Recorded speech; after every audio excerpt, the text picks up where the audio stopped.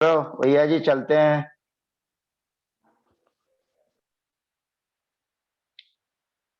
हम और आप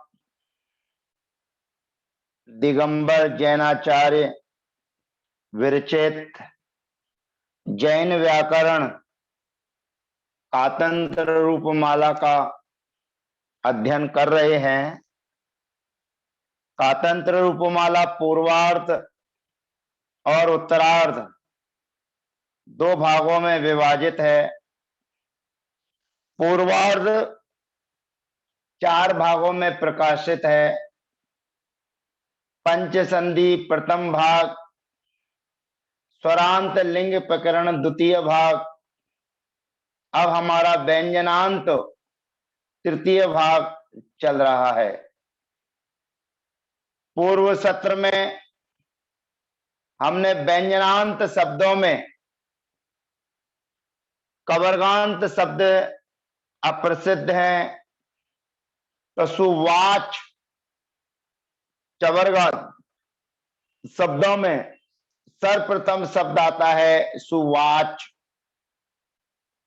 और सुवाच में व्यंजन वाली विभक्तियों के आने पर अर्थात सी, भ्याम, भेष, भ्याम, भ्यस, भ्याम, भ्यस और सुप, इन विभक्तियों के आने पर चवर्ग दृगादि नाम च सूत्र हमारे बीच में उपस्थित होता है।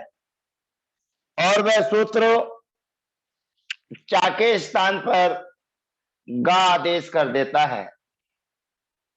और स्वर वाली विभक्तियां आती हैं, तो वे स्वर वाली विभक्तियां व्यंजन मत्स्वरम परवर्णम नयेत के माध्यम से जुड़ती चली जाती हैं।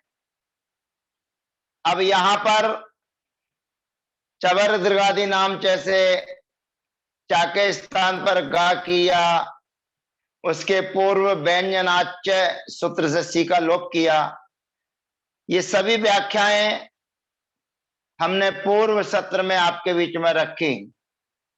पदांते दुटाम प्रथमा व विरामे, ये सभी सूत्रों के माध्यम से हमने सुवाक, सुवाच, सुवाक, सुवाग, सुवाचौ, सुवाचा, संबोधन में भी सुवाक, सुवाक, हे सुवाचौ, हे सुवाचा, द्वितीया में सुवाचम, सुवाचौ, सुवाचा, सुवाचा, सुवाग्भ्याम चवर्ग दृगादि नाम च, सुवाग भी, सुवाचे, सुवाग्भ्याम, सुवाग्भ्यः, सुवाचः, सुवाग्भ्याम, सुवाग्भ्यः, सुवाचः, सुवाचो,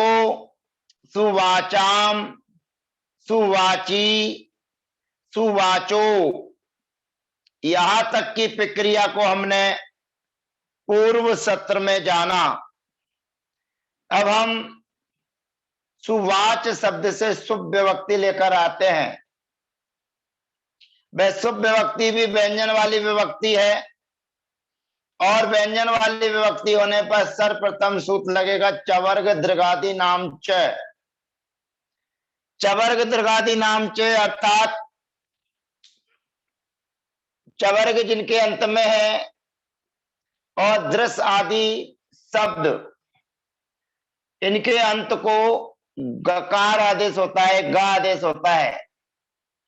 तो चा के स्थान पर गा आदेश हो जाएगा। सुवाक धन सु, सुप, पा का अनुबंध हो जाएगा सु। अब यहां पर पूर्व में एक सूत्र आया था अघोषे प्रथमा,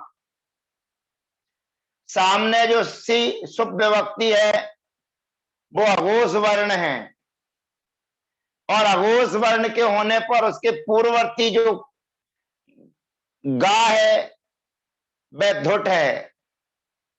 तो धुट के सामने अघोष वर्ण के होने पर अघोषे प्रथमा से प्रथम आदेश हो जाता है, और वहां पर उसको प्रथम कर दिया जाता है गा के स्थान पर का। अब यहां पर का के सामने दंत सकार होता है तो सूत्र हमारे बीच में आता है नामी कर परा। ध्यान रखिए, नामी कर में तीन चीजें हैं। या तो नामी के सामने दंत सकार होना चाहिए, या का के सामने दंत सकार होना चाहिए, या फिर रा के सामने दंत सकार होना चाहिए। उस दंत सकार को मूर्धन्य सकार आदेश हो जाता है। तो यहां पर का है, अभी तक नामी मिलती थी, अब यहां पर का मिला है। तो नामी कर पर प्रत्यय विकारा गमस्ता सी सम नु विसर्जनीय शांतरोपी सूत्र की प्राप्ति थी।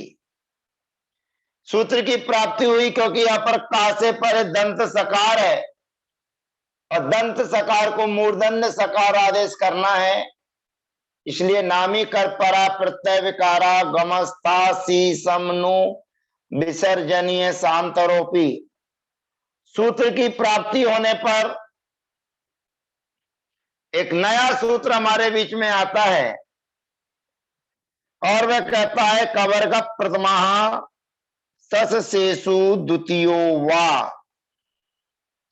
कवर्ग प्रथमा, कवर्ग का प्रथम अक्षर हो।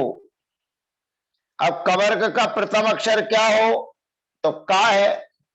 उस कवर्ग के प्रथम अक्षर के सामने दंत सकार, तालव्य सकार अथवा मूर्धन्य सकार, ये तीनों सकार में से कोई एक सकार होने पर वर्ग का जो प्रथम अक्षर है वह द्वितीयो वा, द्वितीयो माने 2 नंबर का हो जाता है। वर्ग का प्रथम अक्षर 2 नंबर का अक्षर हो जाता है। यानी कि का 1 नंबर का है तो 2 नंबर का है खा, तो उसको खा आदेश हो जाएगा। अब विकल्प से होता है, नित्य नहीं होता है।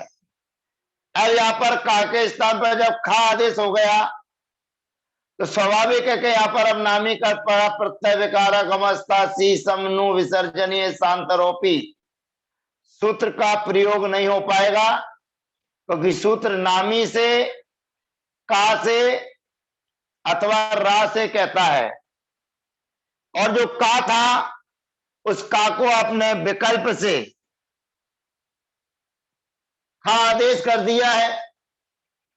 अब खा आदेश हो जाने पर नामी कर परा प्रत्यय विकारा गमस्ता सी सम नु विसर्जनीय शांतरोपी सूत्र नहीं लगेगा। तो पहला प्रयोग सिद्ध हो जाएगा हमारा सुबाक सु, सुबाक सु, ये पहला प्रयोग हमारा सिद्ध होता है।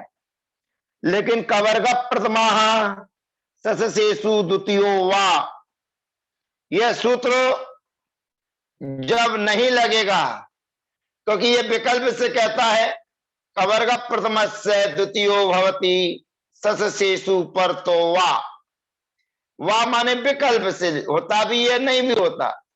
तो जब इसने पहले अक्षर को दूसरा अक्षर कर दिया तो पहला प्रयोग सिद्ध हो गया सुबाक सु।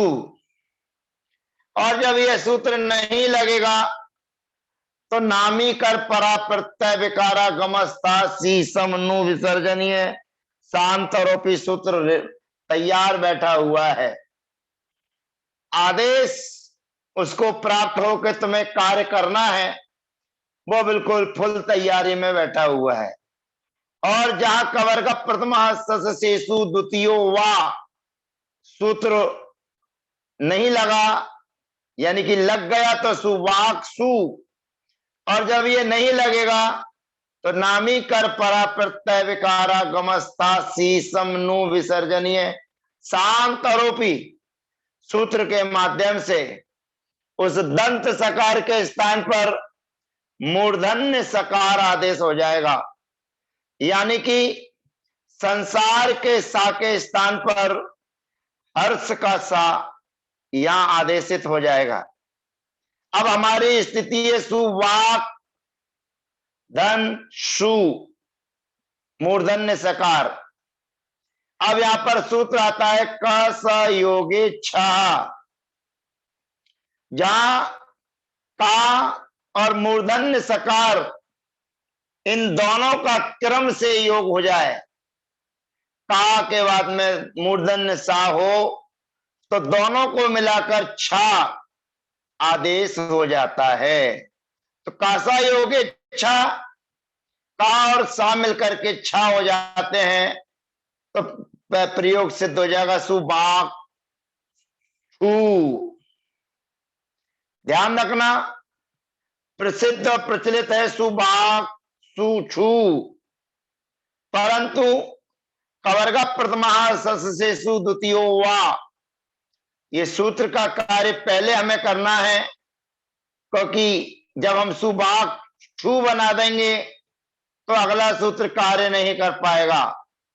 इसलिए अगला सूत्र कवर्गा प्रथमा से सु द्वितीयो वा, ये विकल्प से लगता है, और विकल्प से लगने पर एक प्रयोग हमारा सिद्ध हो जाएगा सुबाख सु, और जब ये सूत्र काम नहीं करेगा तो नामी कर परा प्रत्यय विकारागमस्था सी सम नु विसर्जनीय शांतरोपी सूत्र के माध्यम से दंत सकार को मूर्धन्य सकार आदेश होकर का संयोगे छह, ये सूत्र लगेगा और दोनों मिलकर के छा होकर द्वितीय प्रयोग बनेगा सुबाक छूहू। इस प्रकार से सुवाच शब्द के प्रयोग व्यंजनांत पुल्लिंग प्रकरण में पहला जो शब्द हमारे बीच में आया था सुवाच, उस शब्द की सिद्धि हमारे द्वारा आचार्य भगवंत के द्वारा आपके बीच में पूर्णता को प्राप्त हो गई। ये दोनों अंडरलाइन जो आपको दिख रहे हैं सुबाक्षु और सुबाक्षु, तो पहले नीचे वाला प्रयोग पहले बनेगा और सुबाक्षु ये दूसरे नंबर पर बनेगा।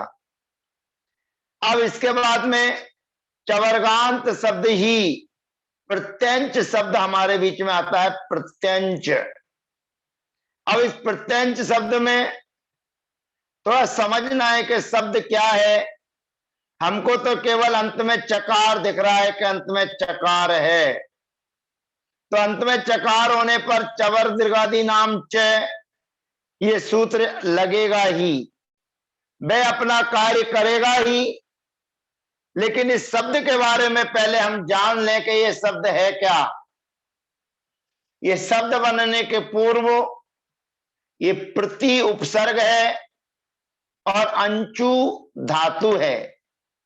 उस प्रति उपसर्ग पूर्वक अंचु धातु से कुप प्रत्यय करेंगे और कुप प्रत्यय का सर्वापारी लोप कर देंगे, और उसके बाद प्रति में रहने वाली जो ई है उसको एवर्णो या मवर्णे नाचा परोलोप्या सूत्र से ई के स्थान पर या कर देंगे, तो शब्द बन जाएगा प्रत्यंच, यानी कि रेडीमेड बना हुआ।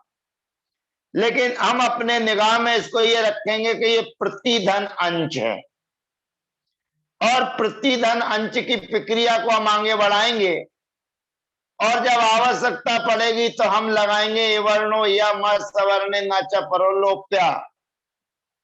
तो ये अपने को ध्यान रखना है। प्रत्यंच शब्द हमारे बीच में है, और प्रत्यंच शब्द के सामने शी विभक्ति आती है, और सी विभक्ति आती है तो जैसा कि मैंने पूर्व में आपको बताया था, चवर्ग दीर्घादि नाम च, वह सूत्र कहता है व्यंजन के होने पर अथवा विराम के होने पर।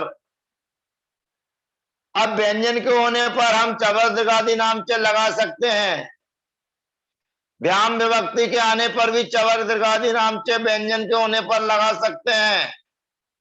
लेकिन आचार्य भगवंत ने लिखा है कि विराम और व्यंजन के होने पर, तो अगर हम व्यंजन ही व्यंजन देखेंगे तो विराम कहने की फिर आवश्यकता क्या थी।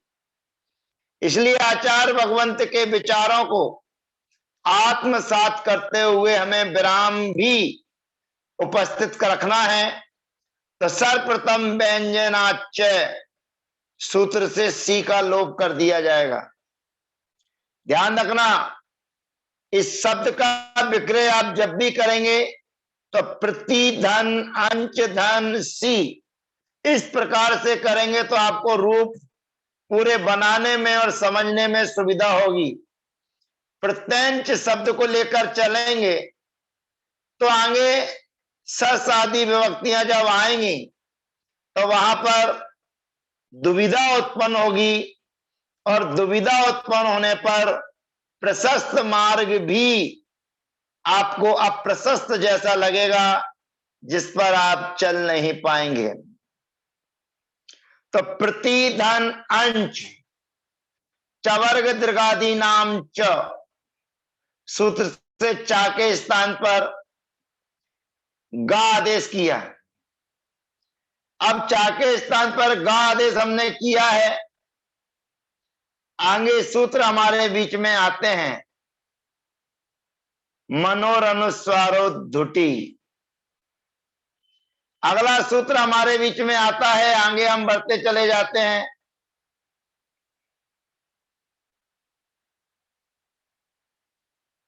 मनोरनुस्वारो धुटी। अब ये यहां पर देखिए, थोड़ा विचार करना।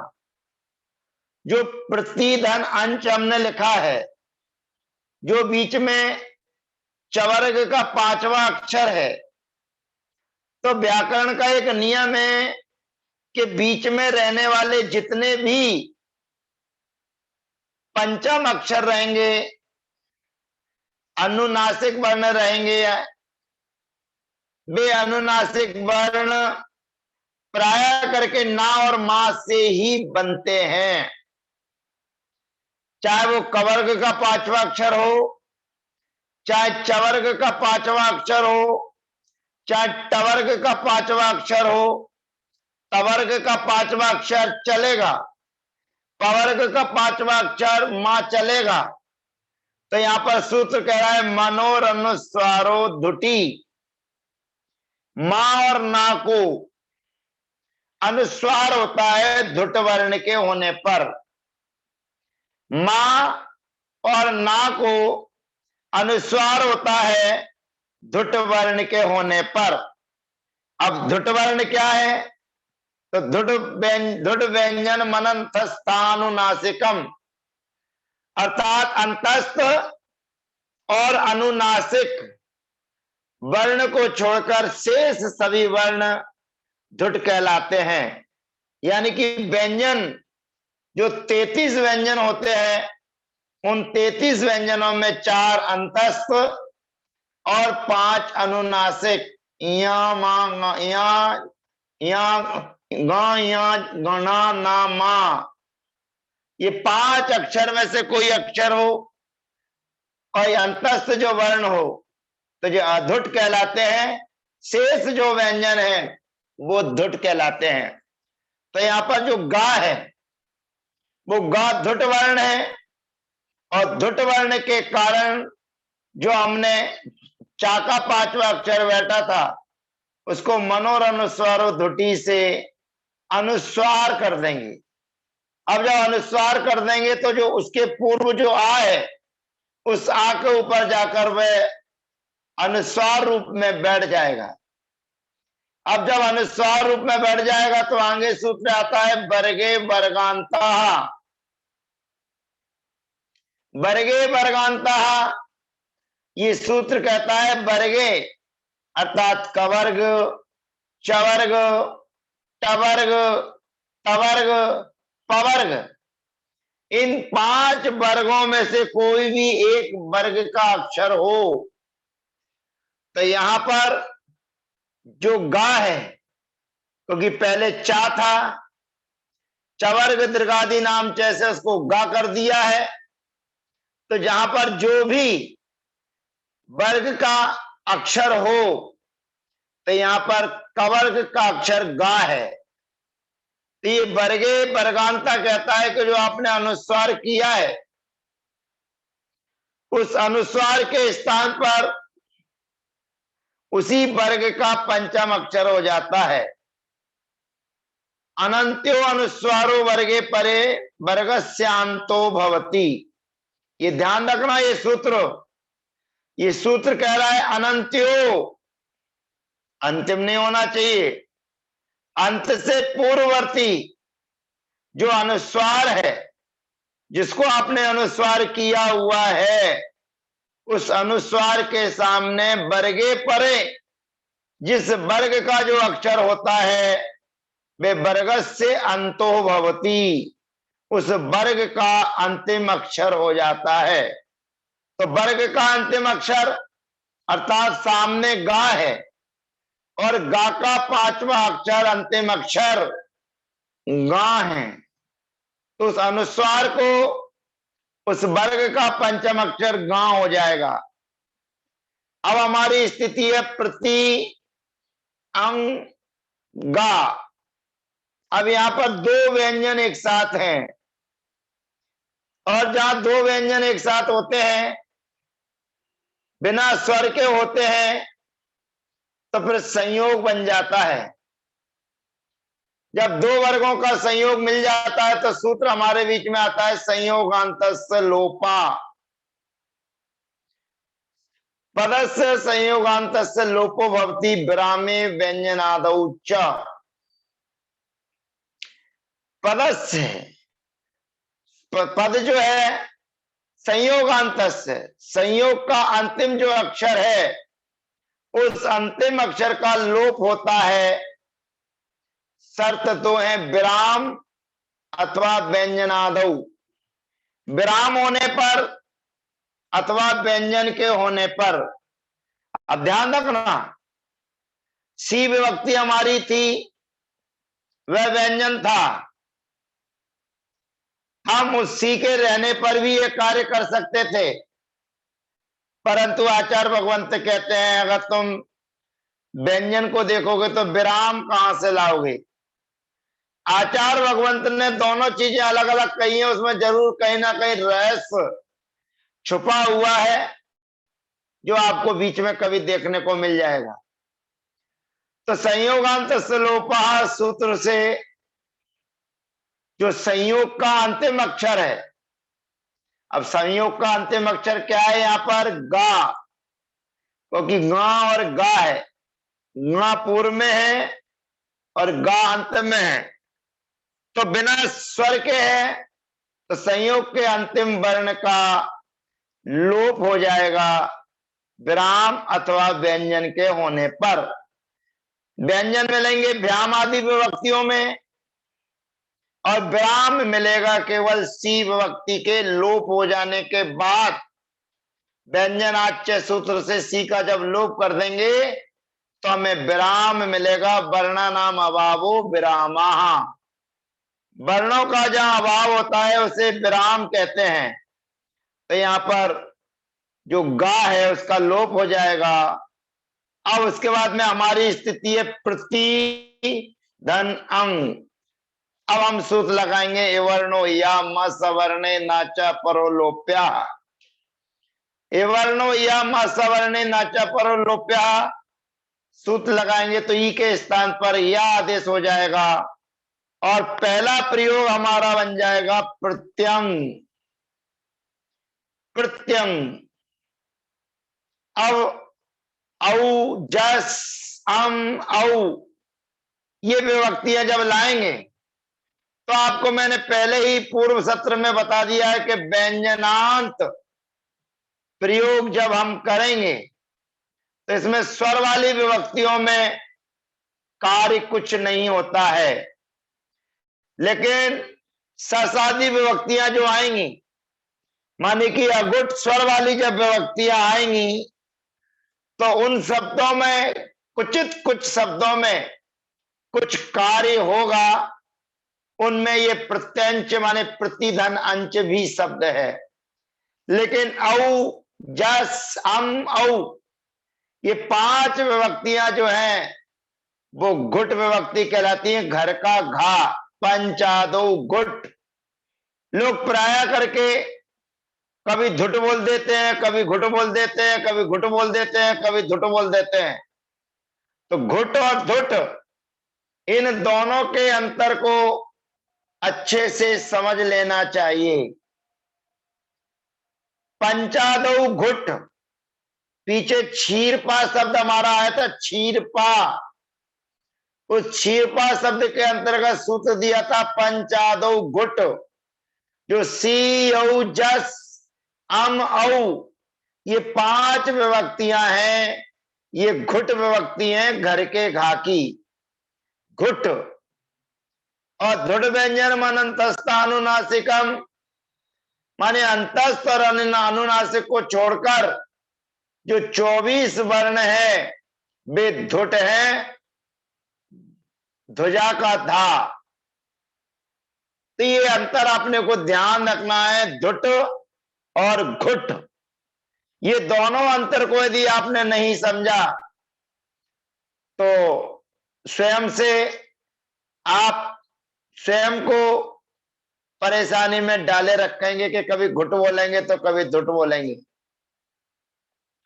तो ये पंचादौ घुट विभक्तियां कहलाती हैं, और उसके बाद जो सस आदि विभक्तियां आती हैं वो अघुट स्वर अथवा अघुट व्यंजन वाली विभक्तियां होती हैं, तो उनकी चर्चाएं आगे हम करेंगे। अभी तो औ विभक्ति को हम लेकर आएंगे और ये वर्णो या म सवर्णे न च परोलोप्य लगाएंगे तो बन जाएगा प्रत्यंचौ।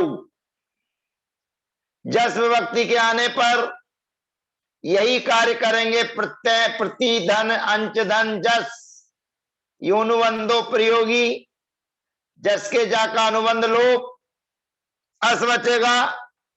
इवर्णो या म सवर्णे न च परोलोप्य, से ही के स्थान पर या, रेप सोर विसर्जनीय, व्यंजन मस्वरम परवर्णम नयेत प्रत्यंचाः। संबुद्धि में भी इसी प्रकार हे प्रत्यंग, हे प्रत्यंचौ, हे प्रत्यंचाः। अम विभक्ति में भी यही कार्य करेंगे, वर्णो यम सवर्णे न च परोलोप्य, और व्यंजन मस्वरम परवर्णम नयेत प्रत्यंचम। फिर औ विभक्ति आएगी तो प्रत्यंचौ। ये घुट विभक्तियों में हमने रूप को जाना, सिद्ध किया। पुनः हम अगले सत्र में इसी प्रत्यंच शब्द के साथ में मिलेंगे। जो हमने प्रत्यंग बना लिया है उसको पुनः अगले सत्र में बनाते हुए पूरे प्रत्यंच शब्द की रूपमाला को हम जानेंगे, सिद्ध करेंगे। तो आज का हमारा समय इस सत्र का पूर्ण होता है। अगले सत्र तक के लिए इंतजार कीजिए। जय जिनेन्द्र, वंदना, सबको यथा योग अभिवादन।